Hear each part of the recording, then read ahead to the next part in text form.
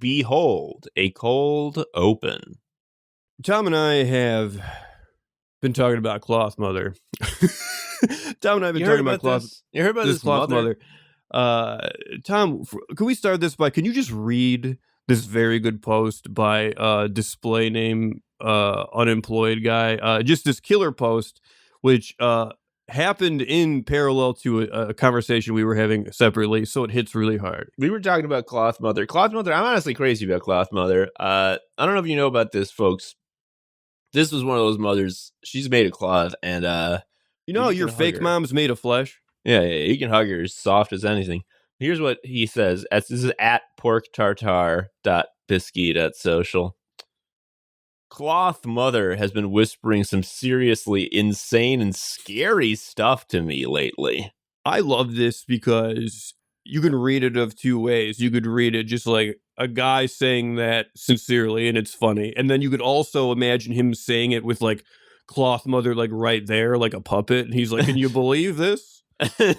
But this is such a good post. And the reason Tom and I were like freaking out about it especially is my wife and I went to the symphony a few weeks ago, and we were sitting waiting for it to start. And first of all, we were seated in a high school field trip, except for my wife and I and these two older people next to us who we were speaking to. And that's a low-key extremely funny part of the story. That part of the story isn't what pans out, but just what an incredible milieu to be in. What an incredible thing for the high school to have done, to be like, we got to get all these seats for all of our students, but let's sprinkle in a couple of 4-seat blank spots so that we can trap adults. So I think it's a little funnier than that, because these were season passes. So like we had the same seats for this series. So this final series, it was like, I don't know where to fucking put these kids. Here we go. Anyway, before the show starts, the older woman next to me just starts talking to me. People always just start talking to me. Always, they just come up to me, and I've decided it's one of two things, and I don't know which one it was for this person, but the reason people come up to me and talk to me is because it's like they read me and they're like, oh, he knows what I'm about to say. He understands what I'm going to say. Or two, it's like when you tell your dog a secret and you're not like, it's like, fine. Like you can just, it's not going to get out. Yeah. Anyway, she's very fun to talk to. She's telling me gossip. She's an older lady telling me about other season pass holders who are with their children, who are like what the latest goss is. This guy doesn't actually like Evgeny Kissin. He doesn't think his piano playing has the touch. Can you believe? Like it was basically like that level. It was very Frasier type gossip. It was fun. But we were just talking, and she was just saying, this is actually a really illustrative point. It's very easy to get people to just say how much they hate or are scared of AI. It's actually not hard. Mm-hmm. She basically did it herself because she was in music education, and she was just like, oh, education is so important. There's like, this AI stuff is scary, but it's like, at least it can never go in schools. And I had to be like, lady, you don't know.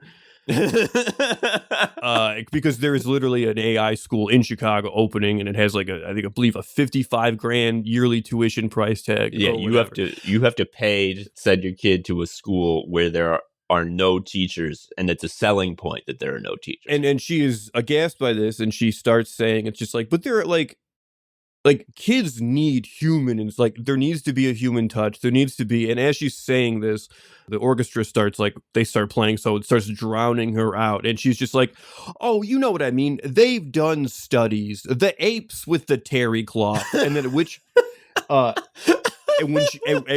point she's completely drowned out. It was like the most magnificent utterance a stranger's ever said to me. And then I know what she means. She's talking about Cloth Mother, dude. She's talking about Cloth Mother. Cloth Mother. So I told you about that. We were laughing about it, and then like a bolt from the heavens. Unemployed this post guy. About Cloth Mother. Oh, my man. Oh, thank you. Just thank you. Like the post would have been amazing on its own, but it just, you threw a grenade, and like it didn't just go in the trench, it landed on everybody's dick. The sergeant was doing the annual, everyone stay in a circle and point their dicks in the middle, non-sexual version. It's just fun for us. You got everybody. You heard about this? They got cloth on the mothers now. The thing is muttering is fun at baseline. We talk about this a little bit, just like what are we muttering lately? And it's just, if you're also muttering about cloth mother, it rules because it's like a power, like you're crazy twice, right? Cloth mother says I can't play today. I know. Like, don't like, oh, there's cloth mother says I have to have a seat next to me on the bus. Yeah. Like, it's the good stuff. Cloth mother says it's my turn to not get any milk. But I am gonna just start, if I'm like losing a thread in a conversation, or it's not really sticking, I'm just gonna taper off now with, oh, the apes with the terry cloth.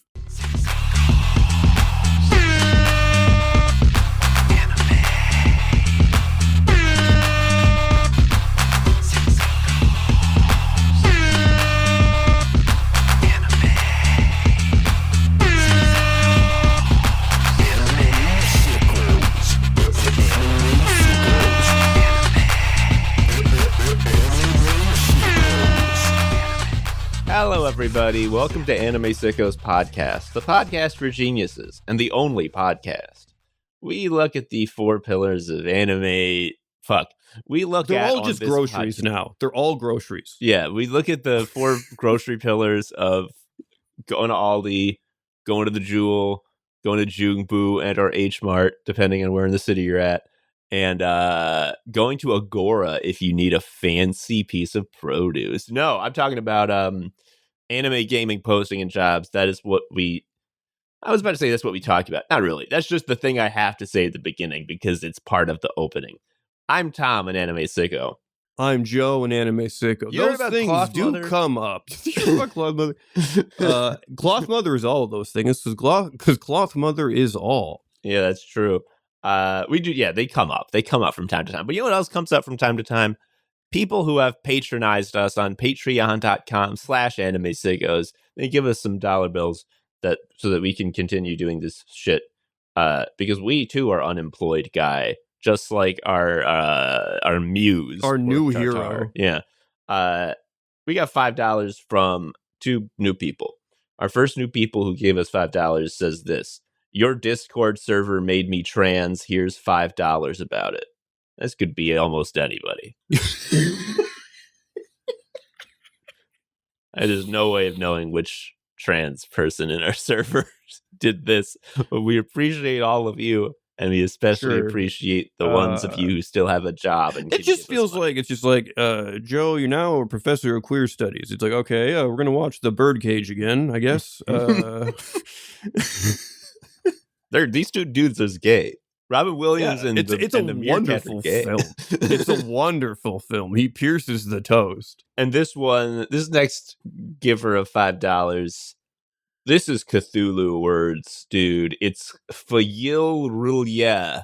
Thank you, Eldritch Horror person, for $5. That's the city where Cthulhu is like in, I think. Yeah, Rulia is, I don't know what Fayil. It's a suburb of it. Yeah, okay.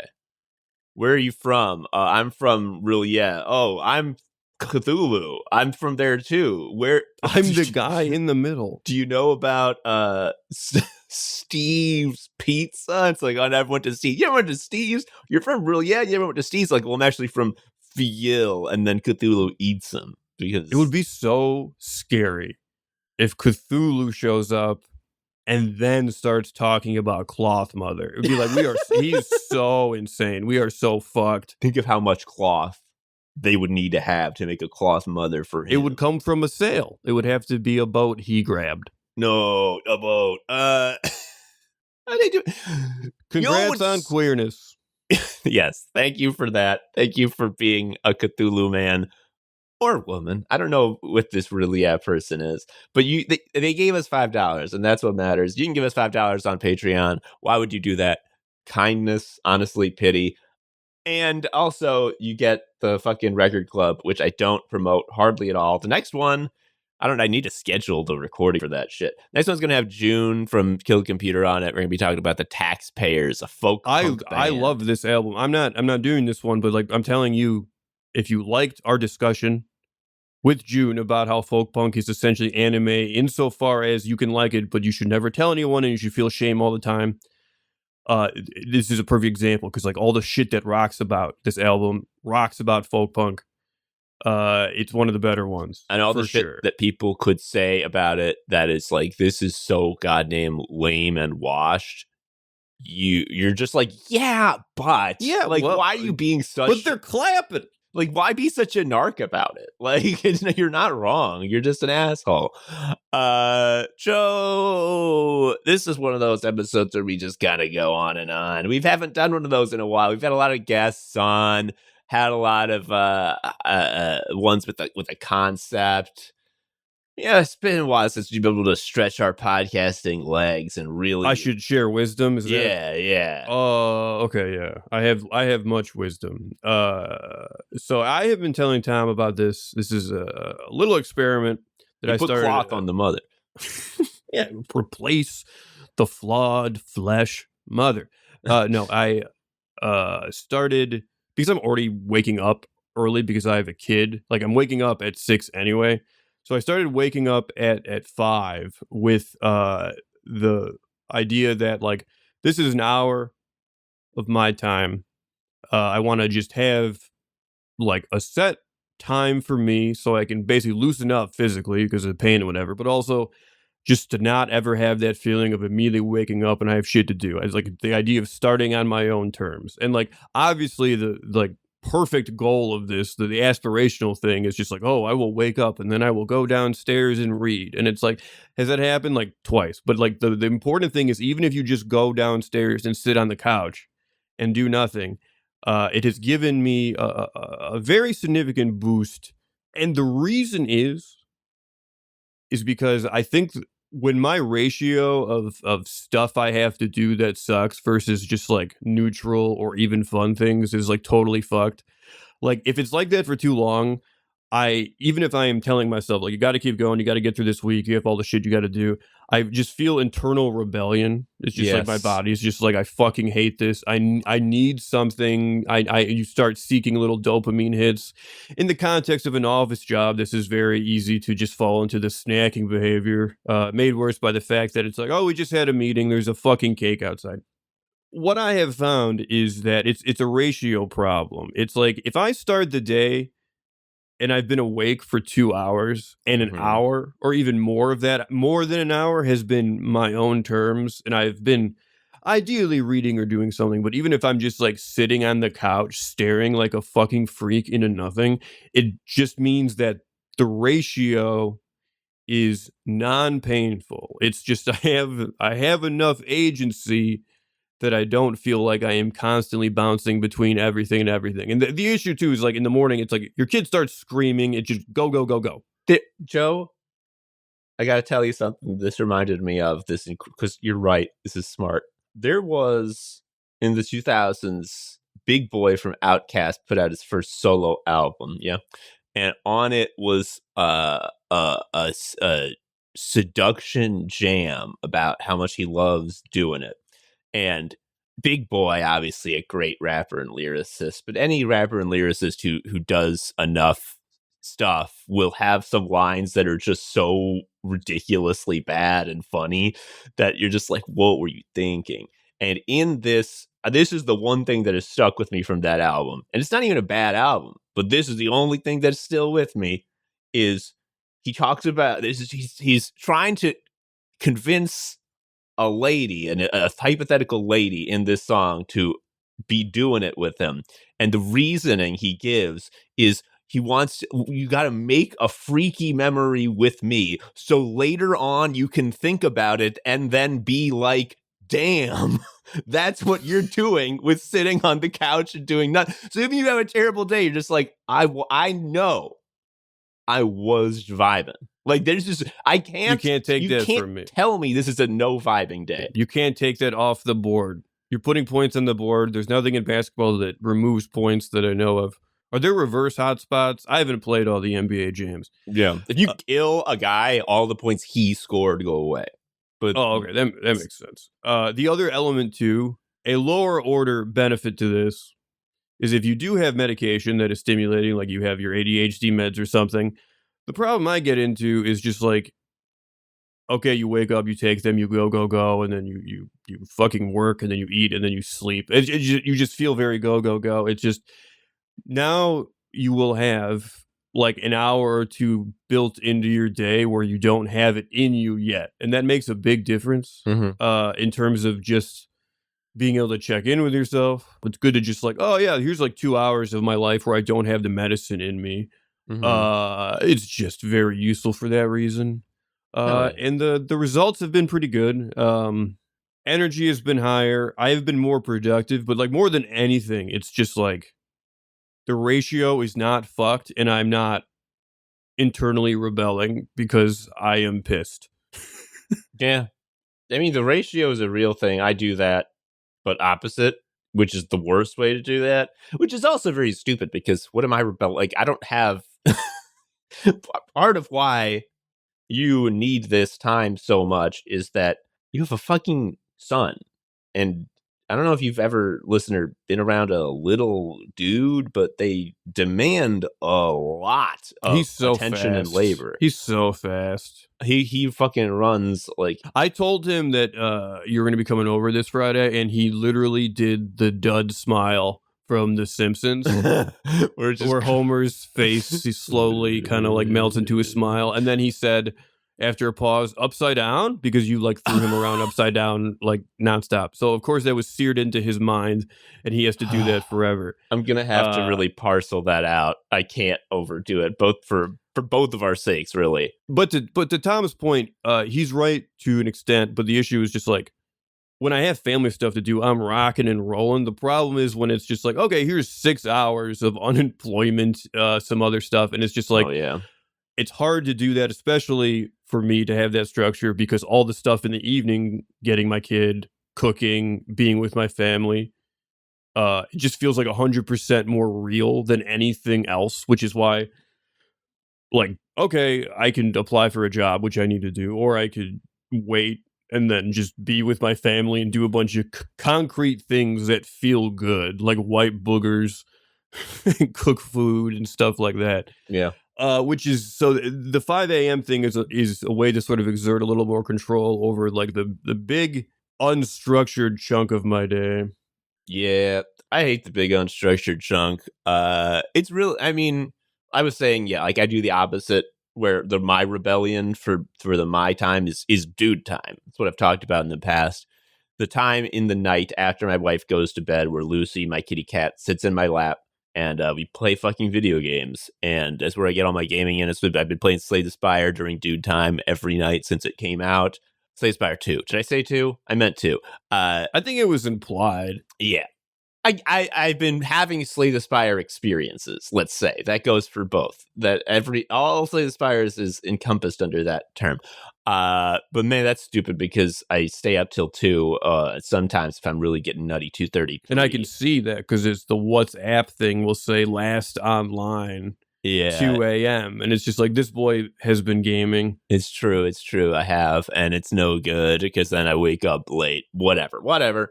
But I too have been making moves with the unstructured time. Here's what I'm doing. I was talking, and you know this, listener, if you are a dedicated Anime Sickos listener, because I was talking, when we were talking with Joe Kasabian from Lions Led by Donkeys, and we were talking about his new fantasy novel, The Highlands Burn. I was asking about the writing process, because I'm just like, I would love to have one. You know, I've really fallen off. The only last writing I did was Sicko Shock 2, last writing of any consequence, I should say. And like, that was an impossible to recreate process because we had already come up with the plot, and it was just like, well, and so all I had to do was just like take the outline which we already had and then just fill it in. And it's like, well, what if I don't have an outline? What if I can't? Also, think? It was actively the rope bridge of don't look down in the chasm during the pandemic. Like that was also an element. Like that is, a non-zero aspect of it. There was a gun to your head in a way that you didn't really appreciate. You know how it is. You know how they say like during the pandemic they were like, why isn't there any media about the flu pandemic of like the 1910s?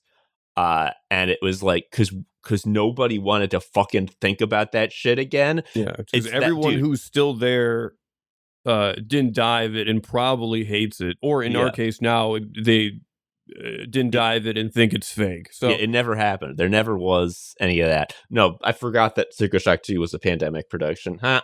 Anyway, but the point being, uh, like, how do you, if you don't have the plot, how do you, like, what do you fucking do? Like, you don't, there's nothing. There's nothing. What do you do? And I was talking to Josh Watkins about that. He's my co-producer on the live show Genius Night, and he does Record Club with me most of the time on Patreon.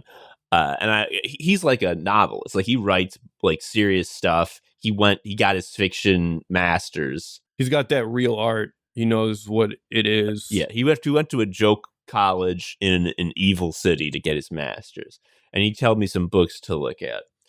And I was so Joe. There was nothing in the world I would have liked more than to have read the books and been like, "This is for babies. This is shit I already knew. I'm smarter than the books." Or it just Therefore, says, or I've been looking for a book like this. And maybe you would also get relief from this if the book is just like, here is your circumstances.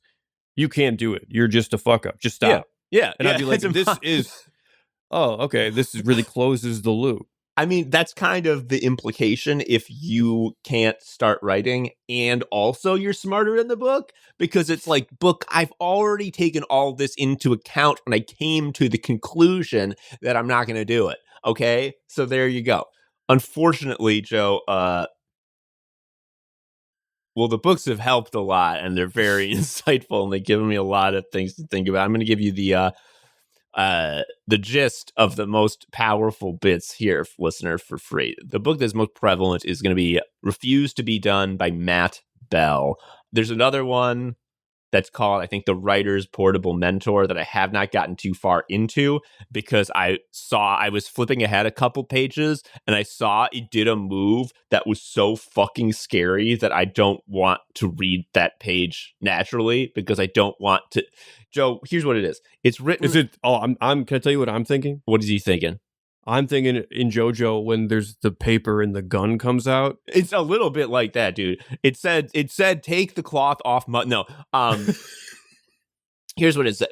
It's one of those things where it's like it's written by this like older genius author, this like this woman who is very you can just tell by the way she writes and sort of the atmosphere she projects in her words that like this is like such a smart and established writer who like has the experience and like knows it, and like when she says these things you just believe it. It's like so self-evidently true that like, yes, you're right, how could it be anything but this?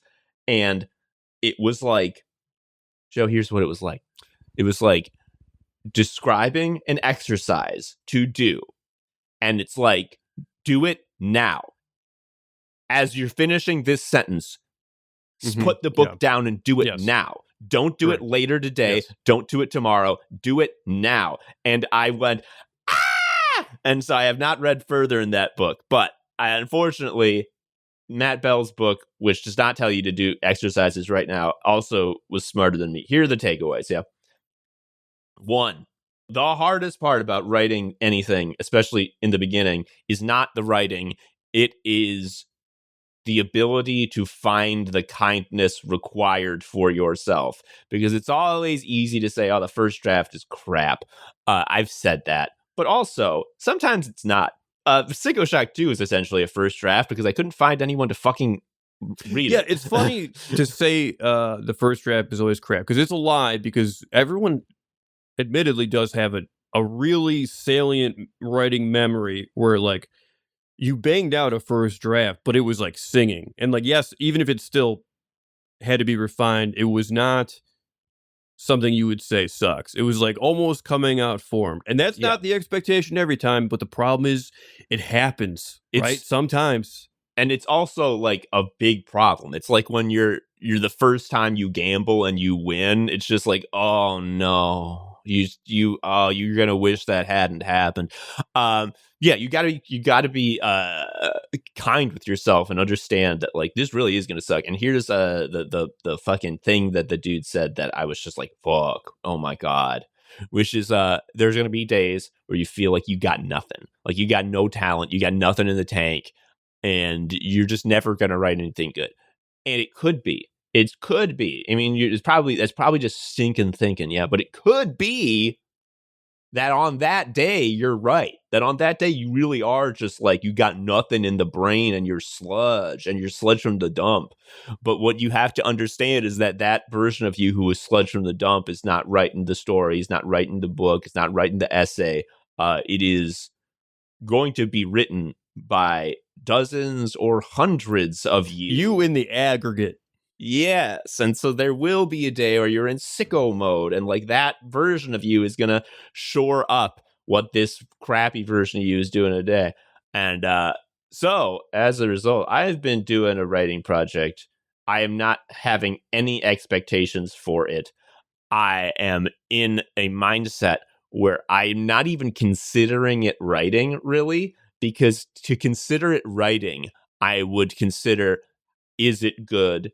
Do these words sound good? Am I avoiding cliches, et cetera, et cetera? I would be very concerned about that minutia, and that is the sort of thing that when I do that, especially when I don't have a fucking finished outline ready like I did for Sickos Out 2, I will note, oh, I did a bad job at all those things I was concerned about.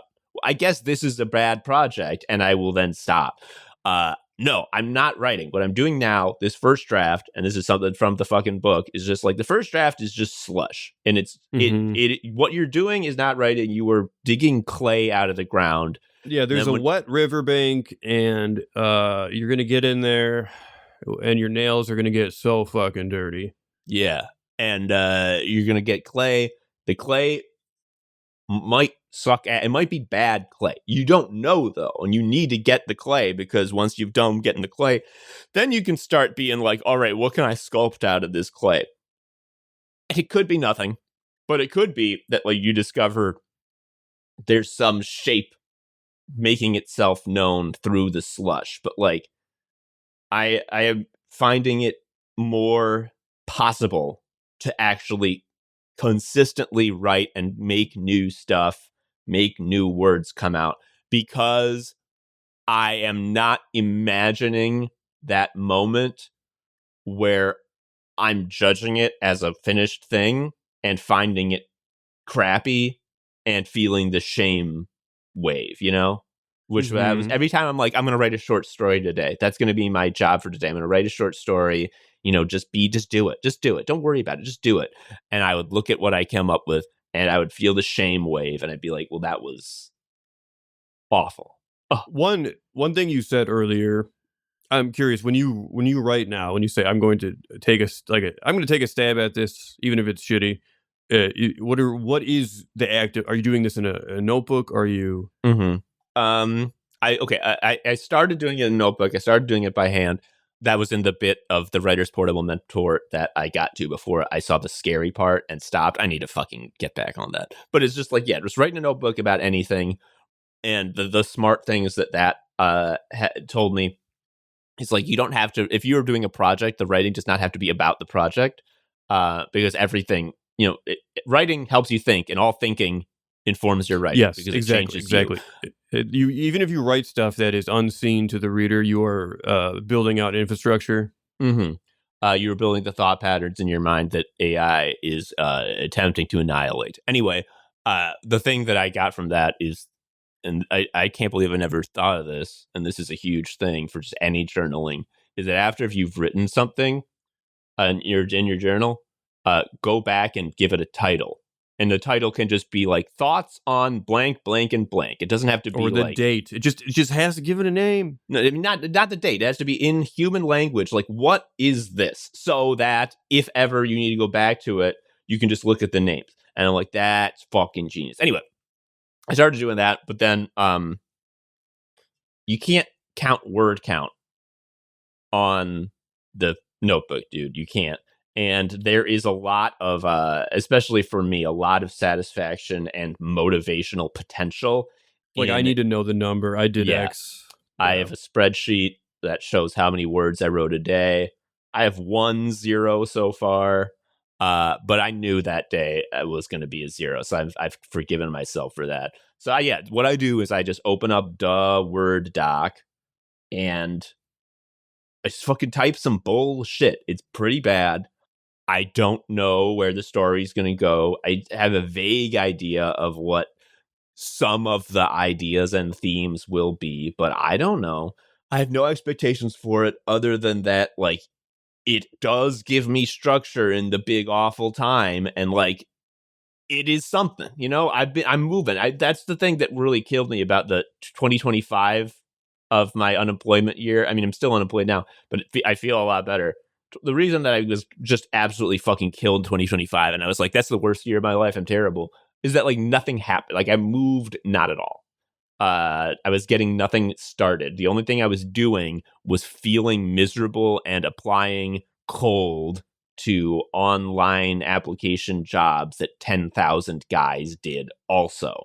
And like, so that was just like a poof, a year gone. It's just like, nothing happened. Nothing fucking, I didn't move at all. And so, like, I'm doing better than the writing process has brought me forward. Also, I'm reading a lot of books. But that's neither here nor there. You just got to do that if you're doing this. Something you said earlier, which I think is true, like, oh, I need to get past the feeling of writing and just going, like, oh, I'm sitting down and I'm stopping myself, or it's like right now I'm so focused on this idea of having a finished product, producing something that looks like writing, capital W. That the reason I have had a lot of success with Workflowy is because it's the opposite for Workflowy me. is a website that you use. Yeah, I'm a big fan of Workflow. It's basically an outliner tool that has fractal. They call it like fractal nodes, but basically what it means is just like you can zoom in any bullet. Like any bullet can have any number of lower bullets, and then you can mirror bullets at any level to anywhere else, and they will obviously sync up. And you can make it do whatever you need for your workflow. Hence the name. The reason I like it is because and I have mine set up to look like a terminal. It looks like it's a black screen Yeah, with it's the like Matrix. terminal. It looks cool, but like for that reason, it really squashes that like I am writing right now and I need to just and it's just like it helps me just get some shit out because it's like I'm not writing. I'm doing a computer thing which is of lower artistic value and as such there's less friction. And that's why I really like it, and also how workflow is set up. It's an outlining tool. It's just like if you just jump around, it doesn't matter that everything you're doing is not like super coherent and related. What matters is a shotgun blast in a Mm-hmm. direction. And I Yeah. find workflow is useful for that reason. Yeah. Oh, that's the other thing. I mean, this is one of those things that, like, as soon as I read it, I'm like, oh, I knew that. If you had asked me, I would have knew that. But like, A lot of stuff's like that. That's what sucks. Okay. It's like, yeah, right. running is gonna fucking help. You know this. You knew this since you were like 10. Like you did. uh the same way with just like and not even like you have to eat specifically good in a specific way. I just mean like yeah, and not eating like shit feels good too. Mm-hmm. It's Mm-hmm. just like you know this already. But like, yes, but the books are like, if you have like a climactic scene, if like you don't know what your story is going to be, but like one moment that like, oh, that's like the spark that it's like, Write that. I Just wish write that, that. like, yeah, like, write that scene now. Don't worry about how you get there or what happens next. And like, it probably will be that when you get to that point, what you've written needs to be deleted and rewritten entirely. But like, just it's momentum building. It's what we're saying. We've said this before, which is like, you don't need permission or like to charge meter to just put in some shit that owns in a piece of work you're making. You can just do it, and like, it's just, You just think like a project manager for a second. It make life easier on yourself too. Let's say you have a kick-ass scene and you're like, oh, I know how to write that. And then you're just like, oh, but like, oh, how do I make that kick ass scene fit into the other? It's just like, don't worry about it. stop. First of all, the kick ass scene is going to you will make the stuff fit into the kick-ass scene. You've made the good piece already. So like the logistics will now be secondary to that.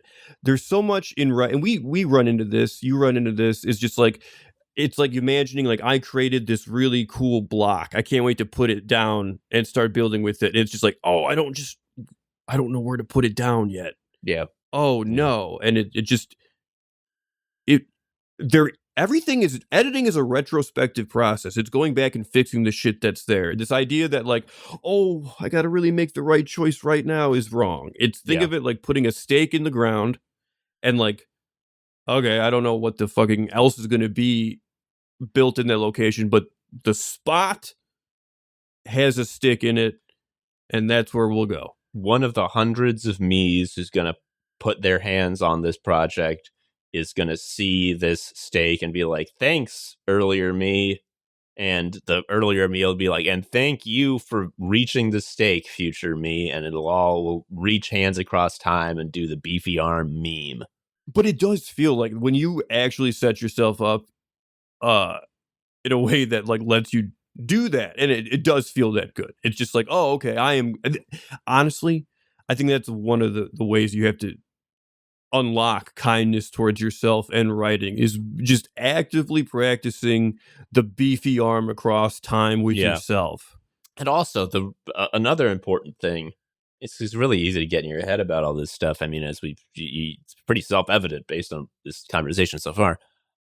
You do have to remember that, especially in 2026, if you unlock your ultimate potential and write a perfect thing that has no cliches and sounds great and isn't stupid.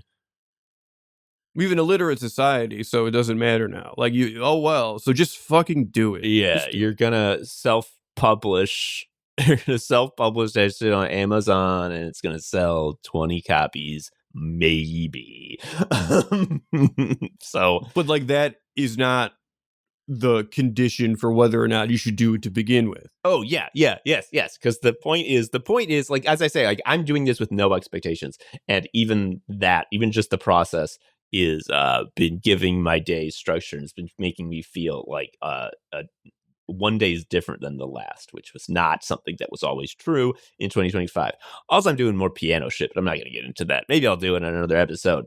Piano's hard. Do you know about this? They have so many buttons, dude. Yeah, like because you have like 10 fingers and there's like 12 keys, right? That's Yeah. really rough. You can't touch them all. Never been horny.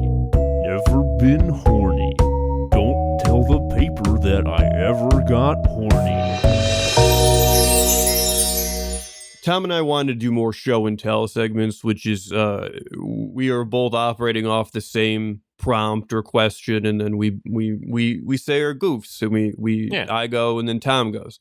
We don't need to overthink it. So I've not really been thinking about gaming that much lately. Hey, you need to use your hands to do that. And I'm looking at your hand right now, and there's a brace on it because it hurts. It is, yeah, and it does.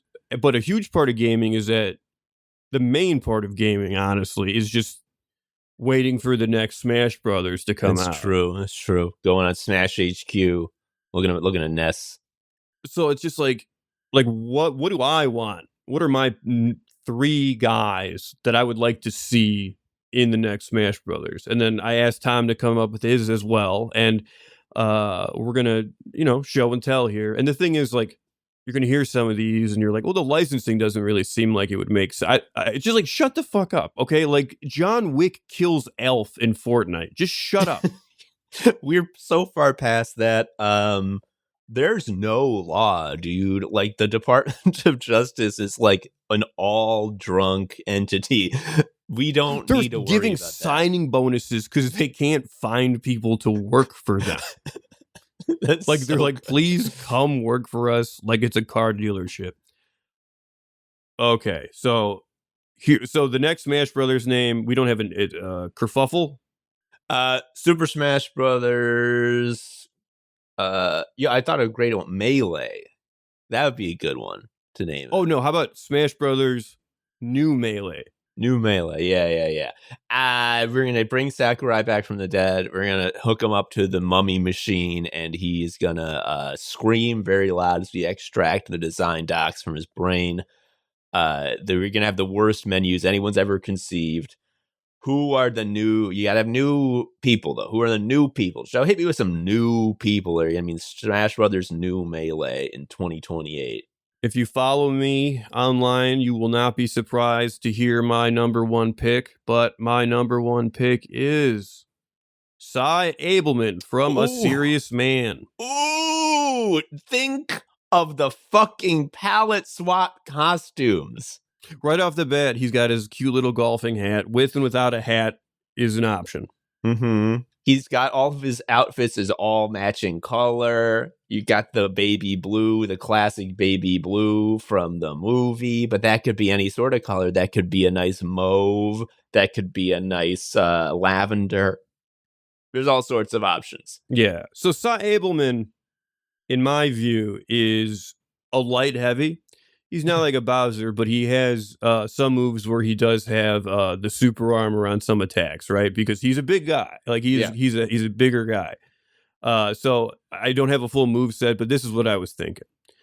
His side B, it's like a command grab, sort of a running grab, and on contact he slams you against the blackboard and he says, "I fucked your wife, Larry."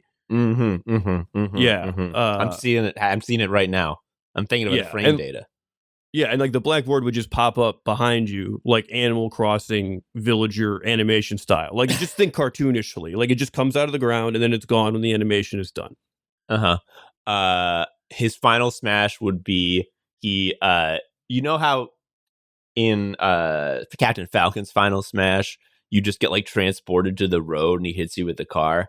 Oh yeah, it's one of those like cinematic hits. Yeah, if you've seen A Serious Man, you know that you know the turn that Cy Abelman is trying to make onto that one road, and well, you also know what happens to him. Now, imagine if in between those he two drives into Mario. Yes, that is fucking good. His down B is a reflector. It is when he's pressed up against the office door of Larry and he's like looking through the little window. So when you press down B, it pops up and it reflects stuff. If like Samus shot her big laser at it. That's my first pick. Can I give you my number two? Yeah. Eric Adams. Real man Eric Adams. Love it. My notes, my design documents do not have a moveset so much as like a central mechanic, which is this. His main mechanic is that as he does damage to other players, they drop pieces of his full Albanian regalia. And then when he gets all the pieces, he gets like a big power up. And then his final smash would be like that times 10. It would be like super Albanian. He does this Albanian traditional dance that he's done his whole life because it's such a integral part of his personality, his Albanian nature. And his outfits and his alternative costumes, of course, would be the craziest. They would just be insane. He would have probably the best ones.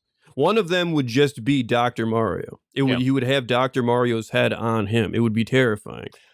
So here's one of the things I was thinking about for his moveset. Because, Joe, you're right that the first thing to think of when you're designing one of these fighting game characters is the central gimmick and sort of new guys need some stupid loop. They need a meter. Exactly. And the specifics can come later. That's what you have a team for. I'm thinking his side B works a little bit like Mario's cape, where it's a little whoosh and like getting hit by the whoosh does something, but that's not why you're doing it. Here's what I'm thinking. Do you recall his incredible, insane video where he talks about how to search your child's room to find guns and bullets and drugs? Yeah, the takeaway from this video is just like, you think you know your kid? Well, actually, there's bullets all over your house from your awful child. Yes, so there's a classic moment where he says something as innocent as a picture frame. Behind a picture frame, you could find bullets. And first time I watched that, I'm like, that really goes for any opaque object, sir. But what I'm thinking for his side B, he reaches his hand out. As he's reaching his hand out, a picture frame appears floating in midair. He whaps it down. Now, this is the part that could hit an enemy. It would give him a little bit of stun, not a lot of damage, not a lot of nutback, but just stun. Like a first part of a Game & Watch animation. Yeah. He would whap the picture frame down, and there would be a bunch of bullets, and he'd grab them and take them. And why would he do that? Well, because his neutral B is to open up a popular knapsack with many different locations that a child might have and pull out the classic thing that you keep in your knapsack, a gun. And he A just cop's shoots you with gun. a guy shoots a cop's gun, and you need bullets for the cop's gun, obviously. I like the sort of play around limiting factor there is, I think when you do the down B move that like scatters the bullets, if you've done it like recently, like almost no bullets come out. You know what I'm saying? It's like a Wario fart. I like that. You can't. Yeah. It's stale moves. You gotta use the whole move set. No, Joe, do you think there's space in the move set? Because I know it's going to be mostly Armenian, but is there space? He's Albanian. Armenian is the other guy or a guest. Sorry. Do you think there's space to include his deference and love of the great country of Turkey? Joe, I haven't talked about this, but I love that when it was like, we've discovered irrefutable evidence of Eric Adams's corruption and he's been bribed by Turkey. And it's like, I wonder what Turkey bribed him for. And like successfully too. Like, what did they get out of all their like buttering up? And as far as I can tell, it's like, hello, Eric Adams. We are Turkey. We're the Turkish delegation in New York. We want the building that we are going to live in to be really shitty and dangerous. We don't want to follow the fire codes at all. If the fire goes on our building, we want to get cooked. Can we please? And it's just like, why do they want that? Because it's bugged to hell. They don't want some looky-loos going in there and doing safety stuff is what I figure. That's definitely it. What rules about him is like the day after he was done being mayor, he was like straight up on the plane to Turkey, dude. He was like honestly, he was at the swearing in and he somehow stepped aside and was on the plane. It was weird. But he's my pick. He's my second pick. My final pick. This one's going to be hard to pull off, but I think it could be done. Well, as the Smash Brothers series goes on, you know, the easy stuff has been used up. You need to have more high concept characters. So I think we're ready for this. My third pick for a future Smash Brothers character in the next game, Super Smash Brothers New Melee, is a coin. And how it works is you maneuver yourself at another player and then you get absorbed into them. And then they slowly become evil as they become greedy and only want to obey the coin. It's an evil coin. Have you ever had this happen to you where you have an evil coin? Well, now you can do it. I love this. I think this is really real and makes a strong and powerful statement. And all the moves are just like the coin gets flung in that direction. Okay, so what does side B do? You fling the coin left. What does up B do? You fling the coin up. Now, what happens if the character that you have put the coin in the pocket of gets KO'd? Do you get KO'd as the coin? No, you get the credit then. You steal it. Okay. Yeah, I love this. The coin. And then the different skins are literally different color coins for Mario. Blue, red, the classic, a Yoshi coin. I was going to ask if you can get the coin that's got a square in the middle. I love that. That's a classic of a coin. But if it's all Mario coins. That's a good one. There could be DLC. I don't see why there couldn't be. This is actually a perfect opportunity for alternate costumes in addition to just the coin. Because I'm thinking about all the characters in Smash Brothers. They're going to need alternate skins of them turned evil, where they have like bulging black veins all over the sides of their face. Mm-hmm. They're angrier than before. Their skin tone is a little more deathly. There's a lot of artistic expression to be had with a coin. It's a blank slate. Yeah. I love it. Okay, Joe, I like your 3. I think those are strong, and I hope they get in. I'm gonna give you my 3 if you don't mind. Yeah. All right, first one. Come on, you already know it's Cloth Mother. Oh, dude, Cloth Mother. Oh, Cloth man. Mother. I remember being like 10 years old on the bus to school and some other kid telling me about how to unlock Cloth Mother in Smash Brothers. I'll never forget that bullshit. That's why we got to make good on that promise of childhood. Yes, they said you need to beat story mode, not story mode, arcade mode, single player mode on very hard, taking no damage. And it was one of those unfalsifiable rumors because, like, could you do that? Could you have done that as a child? No. So you could never know. And just the idea of playing Cloth Mother and Smash Brothers, it made so much sense intuitively that you're like, they got to have done it. What are some of Cloth Mother's moves?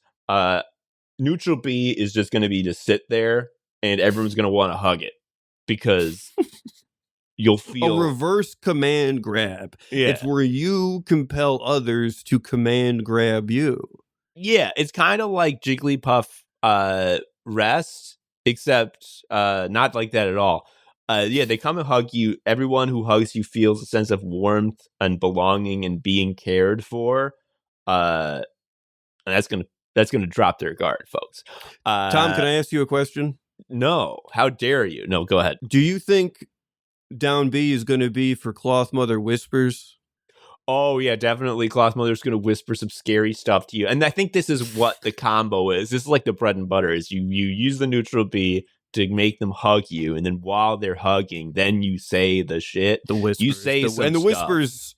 I imagine the whispers are going to function not unlike how the flower works, where it's like you get a debuff that constantly raises your percentage. Yeah, because you're thinking about how Cloth Mother told you to do it today, and you're just like, but why? But why, mommy? Why?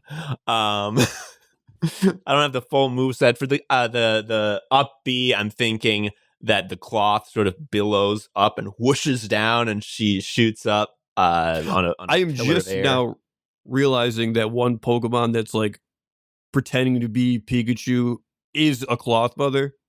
Yo, You know what I'm talking about? Yes, Mimic You. It's just the thing with like a bag over it that they've drawn Pikachu face on. Yeah. That's Cloth Mother, dude. So it's already there in Nintendo's canon. And of course the final smash will be the cloth is removed and you see that it's all Cloth Mother's always been Wire Mother. And if you're learning this for the first time, I'm really sorry because you're probably screaming as loud as you can right now. If you're driving, you die, dude. Whoa. Some people don't find out about Santa. Some people don't find out that Wire Mother is just Cloth Mother. But yeah, it'd be really fucking spooky. Obviously, when the timer runs out, the cloth flies from above and goes on Cloth Mother. But Cloth Mother, for real, I think that's going to be a high tier character. I agree. I like that one. Mm-hmm. What else you got? I want in Smash Brothers, and this one's kind of long. You might need to do some editing to get the text down so that you can have it, fit on the character select screen. But I'm talking about the AI voice from wrestling YouTube channels that starts stammering inhumanly fast and starts making snarling mouth sounds for 10 minutes. This is like when they're like Bret Michaels responds to woke and then it's just nonsense. Yeah, I'm going to play a little bit right now for you, both for you, Joe, and the listener. This is something that I saw on Blue Sky. It was originally posted by the user Ompuko. Username is ompu.co. There's apparently a lot of wrestling YouTube channels that have all of their text and voiceover done by AI.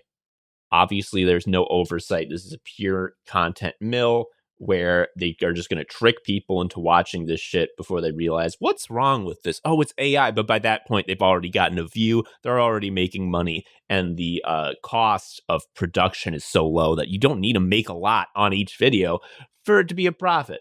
Anyway, turns It's the out... same logic as how there used to be videos of just like Spider-Man gives birth to Elsa. It's like, it doesn't matter. You crank them all out. Exactly. But what they have not noticed, because they are not doing any QA on these, is that, well, the voice does this. Likely fill up one way or another. What That's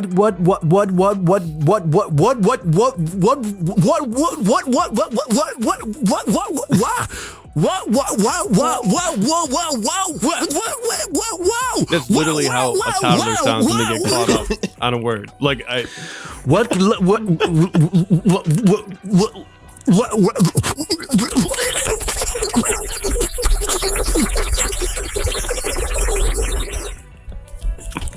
that's like Okay, that's enough. yeah, okay, I like that. That's really good. I also didn't know about that, so now I have a new hobby. There are hours of that. I love after it finishes its what freak out, and it just makes those like crunching, those like wet crunching noises, and the fucking like stock beat still keeps playing. What? Okay, so putting his AI voice into Smash Brothers, obviously this is going to be one of those characters like Joker, you know, where there's a meter and there are phases, and you're swapping between the phases, and you want to be in the stronger phase, but you can't be in the stronger phase the entire time. You're going to get too hot, and then you got to drop back down, and then you got to build up the meter in your weaker phase, where you're less powerful, you're more vulnerable. You got to be more tactical about what you do. But then also, when you do enter that stronger phase, you kind of like, you're on a timer, because like you can't be too conservative. You can't waste this ability. You can't waste this opportunity. But then also at the same time, everyone's going to be avoiding you. It's a dance, you know? So I'm thinking that like you can't just have the voice doing that shit all the time. I don't see why you can't, but I'm interested to hear your thoughts. Well, you start off and the voice has got to be talking normal, and then I imagine, I'm gonna think that if we're really gonna be very ambitious with the design here, I'm thinking that the special moves, all of the B moves, are going to be different between the two phases. So yeah, like based on what level you're at. This is very Monster Hunter. Yeah. I mean this in high praise, because it's like the highest IQ design game of all time, you know? Yeah. There's a lot of meters in that game. So I'm thinking that like the neutral B, and I'm this is going to be a tough thing to visualize, because I don't know how you're going to graphically depict. Actually, yes, I do. It's going to be a square YouTube like player that just kind of like wiggles around like it's walking on the stage. Yeah. Okay. So I'm thinking that, what will really be special, because I don't think this is something that has been explored in the Smash Brothers design space. I think this is going to be a rhythm-based character. If you are like a rhythm heaven guy, this is going to be the guy for you. Because I think what's going to happen is there's on the screen of the YouTube player that your character is, there's going to be some sort of visual cue. I'll let the art team decide that. But it'll be like a rhythm game, and you got to be hitting your neutral B in time to that. Every time you get a correct hit, obviously that's going to get you faster to the stammering state.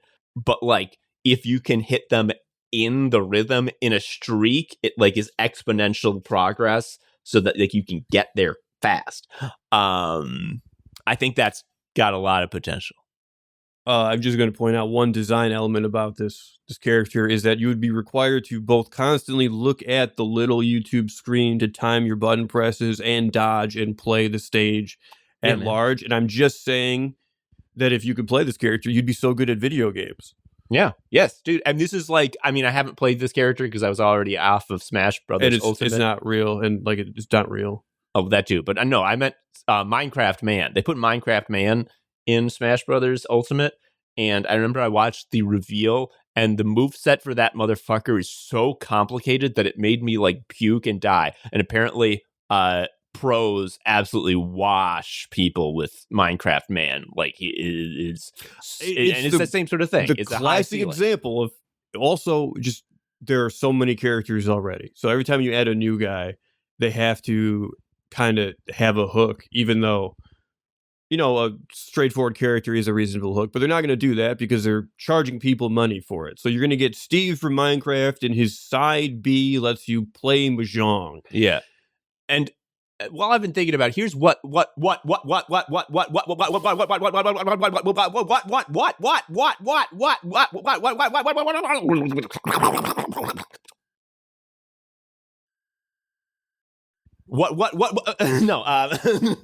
here's what I'm thinking about, is that I'm done with this joke and I want to do my third one. Here's my third one, and I think this might be my magnum opus. Imagine you're learning about Smash Brothers New Melee for the Nintendo Switch 3, and you see reveal that joining the roster, finally, It's a big Friday announcement. is getting drunk. What do you... Oh, you mean like I main getting drunk in Yeah. Smash Brothers? Yeah, Oh, you yeah. be playing, Yeah. get it, yeah. Oh. Dude. Dude. Oh. Dude, the announcer saying getting drunk. It would be This game's winner is getting drunk. I don't think politely clapping for getting drunk when the time outs. I don't think I need to explain myself. No. listener. Okay, We yeah, all you win. know. That's good. That's good. Put getting drunk in Smash Brothers. Not as a mechanic. You pick getting drunk.